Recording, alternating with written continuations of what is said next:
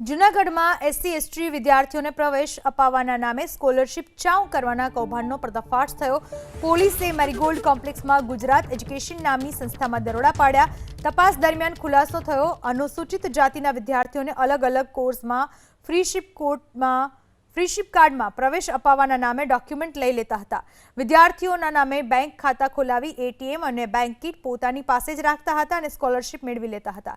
Police તપાસમાં ખુલ્યું કે કુલ 40 વિદ્યાર્થીઓના ડોક્યુમેન્ટ લીધા હતા, જેમાંથી 21 વિદ્યાર્થીઓના ખાતામાં 24.44 લાખની સ્કોલરશિપ જમા થઈ હતી, જેમાંથી 11 લાખ જેટલી રકમ ઉપાડી લીધી હતી।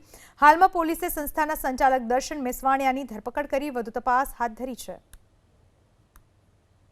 વિદ્યાર્થીઓના અસલ શૈક્ષણિક દસ્તાવેજો તથા આધાર કાર્ડ મેળવી લેતો। ત્યારબાદ વિદ્યાર્થીઓના બેંક એકાઉન્ટમાં જૂના ખાતા હોય તો આ ખાતા છે એ નહીં ચાલે એવું કહી અને ફિનો બેંકમાં છે અલગથી બાયોમેટ્રિક અને ઓટીપીની મદદથી છે એકાઉન્ટ ઓપરેટ કરાવતો।